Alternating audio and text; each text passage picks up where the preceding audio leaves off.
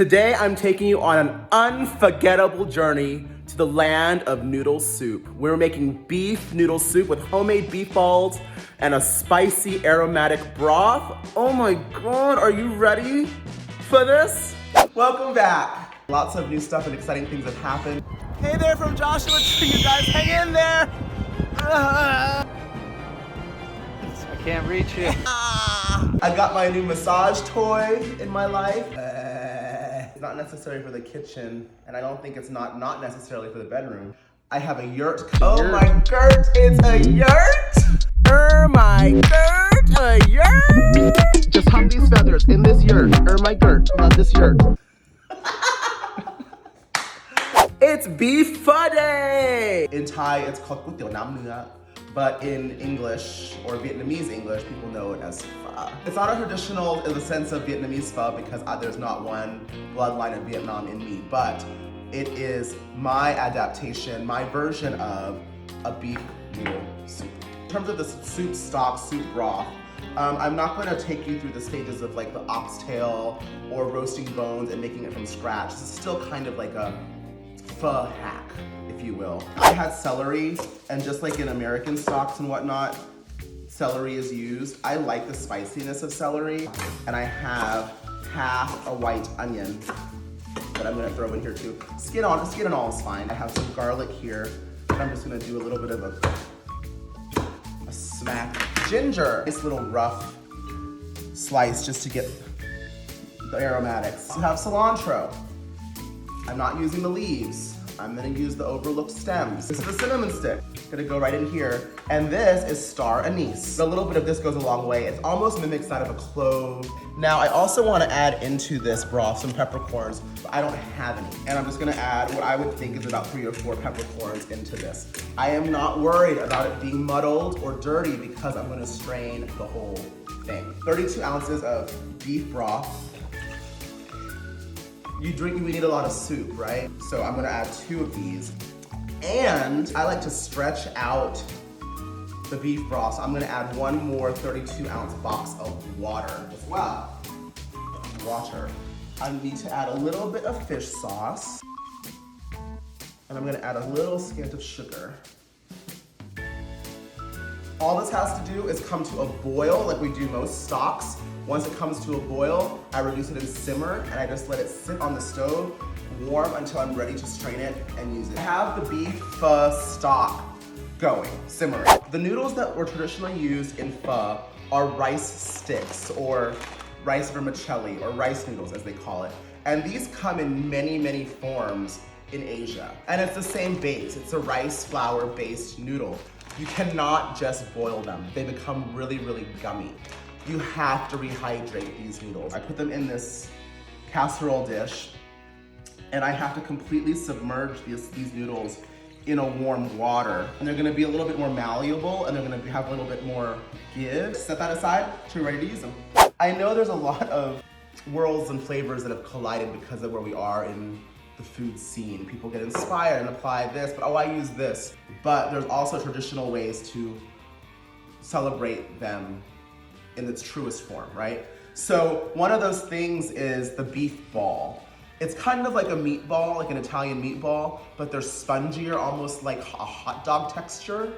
And they're what you get next to your sirloin or your steak or meat in the pho dish. Either you love them or you hate them. I grew up with them, I love them. The main component in my mind that stands out is baking powder and cornstarch. The cornstarch is gonna help bind it all together. The baking powder is gonna make them nice and fluffy and bouncy. And there's also one more thing that you have to consider when doing this, is it has to be kind of ice cold for whatever reason, because we're basically whipping fat to make it nice and unctuous. So I don't want this machine to heat up and cook the meat, so we're gonna use cold ice water also. This is about 1 pound of ground beef. Fat is 80%, so that means there's 20% fat, which is a good thing. This is a tablespoon of ice water. 1, 2, 3 tablespoons of ice water. Baking powder is gonna be a half a tablespoon. You can eyeball it. Cornstarch, let's just do a tablespoon, let's say. About a half a teaspoon of sugar. About a half teaspoon of salt. a half teaspoon of garlic powder. Here's some pepper, cracked pepper, a tablespoon of fish sauce. And do some pulsing. It needs to look like the beginning stages of bologna or a hot dog. I'm also gonna drizzle at this point a little bit of olive oil in here, and that's just gonna help me when I'm trying to mold the balls. So that's probably about a teaspoon and a half. See that texture? It's kind of off-putting, isn't it? It's bologna, but it's not. It's beef balls for pho. Ooh, look at that mushiness. So gross looking. But it's exactly what it should be. I texted my sister a picture of this and she was like, is that icing? Ew, can you imagine? Beef balls, it's what's for dinner. Oh, beef balls. It's what's faux dinner. Are we doing pho puns now? Is it time to do the pho puns? I broke the fun. Oh my God. The fun ice. Woo! Ready? Unforgettable. Phenomenal. Faux king delicious. Unfucking real. 9021 Pho. That's actually a restaurant in California. Phenomenal. Phenomenal. Come on, come on, come on. Unforgettable. I already did that one. All for me. All for you, for the love of God. Forget about it. Forget about it. Now all we have to do is shape these balls. But before we do that, I want to show you this. This is sirloin. And the only reason why that I'm using a slice of sirloin is because my mother uses sirloin and it was always common in our restaurants. And all this is salt, pepper, and garlic powder on both sides of this cut of sirloin. It's about 1.33 pounds right here, or 1.25 pounds of sirloin. I'm not cooking this. I'm just gonna thinly slice it and place it on top of my bowl of soup when it's time, ladle the soup over it, and that will cook it just enough. So my suggestion to you is, if you're eating it today, leave it out, don't let it get cold again. Meat cooks better at room temperature. Let's play with balls! So I have my scooper, and all I'm gonna do is just grab, scoop a little bit like so, and just make little portions. So this is about 12. I guess this portion with this scoop makes about 24. I'm gonna place these in the freezer for a second so they get cold so I can shape them. Cool? Get it? Cool? Freezer? Cold?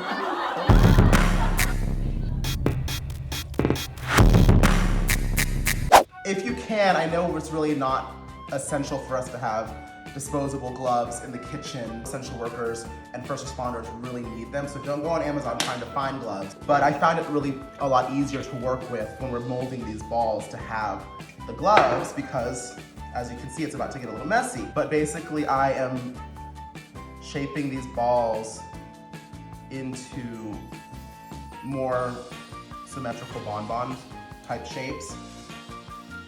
So we have our noodles, we have our stock, and I have a slow simmer water for these balls. So let's just drop one in and watch it bounce up. We're just gonna let it simmer until it's completely cooked. I don't want the water to boil too much. I just need to get a slow, slight roll.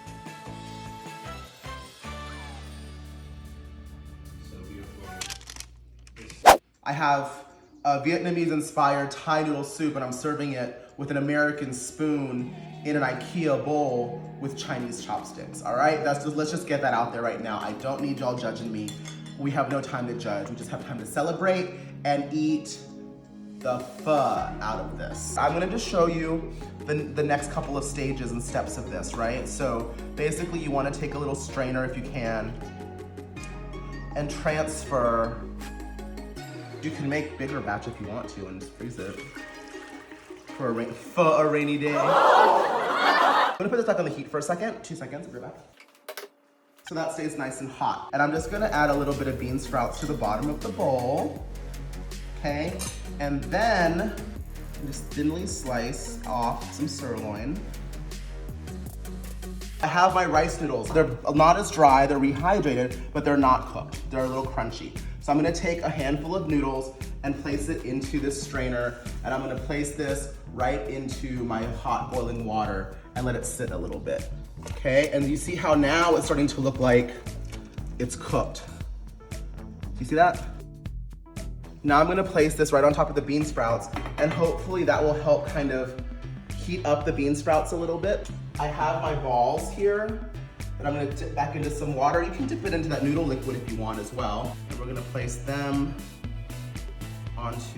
into the bowl. Now I'm gonna place some meat. Now I'm adding the spice broth directly over the beef that has not been cooked. It's just thin and rare. Look at that, how beautiful, huh? Maybe a few more bean sprouts just for visual so your friends know that's under there. I have some scallions as well. And then I have the tops of the cilantro leaves that I'm gonna place on top of the pho. A lime will go on here. I have some of this. This is actually really beautiful stuff. It's fried garlic, you can get it at Asian market. Here it is. This is my beef noodle soup, or as we like to say, phenomenal bowl of goodness. It is rice noodles with bean sprouts, my homemade beef balls, thinly sliced sirloin, a whole bunch of herbs, and a very aromatic broth topped with lime and fried garlic.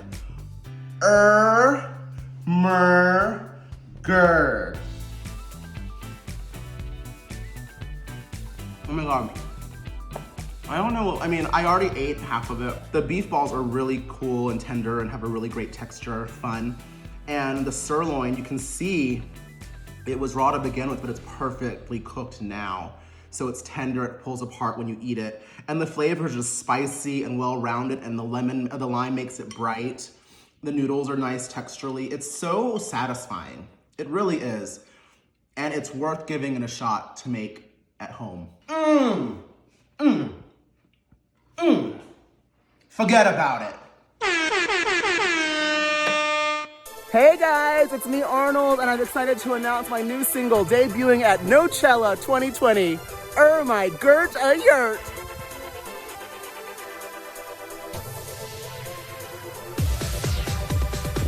My Gert a Yurt. My Gert a Yurt. Yurt, my Gert, just lounging in my yurt, lounging in my yurt. My Gert, lounging in my yurt. My Gert, in a yurt. Who's this dude without a shirt? In my yurt, dancing in the yurt, dancing in the yurt. Yurt, my Gert, I'm in a yurt, hanging feathers in my yurt. You guys, I hope you're as excited as I am about my new single, My Gert a Yurt, and I will see you at Nochella! At Nochella 2020. See you there!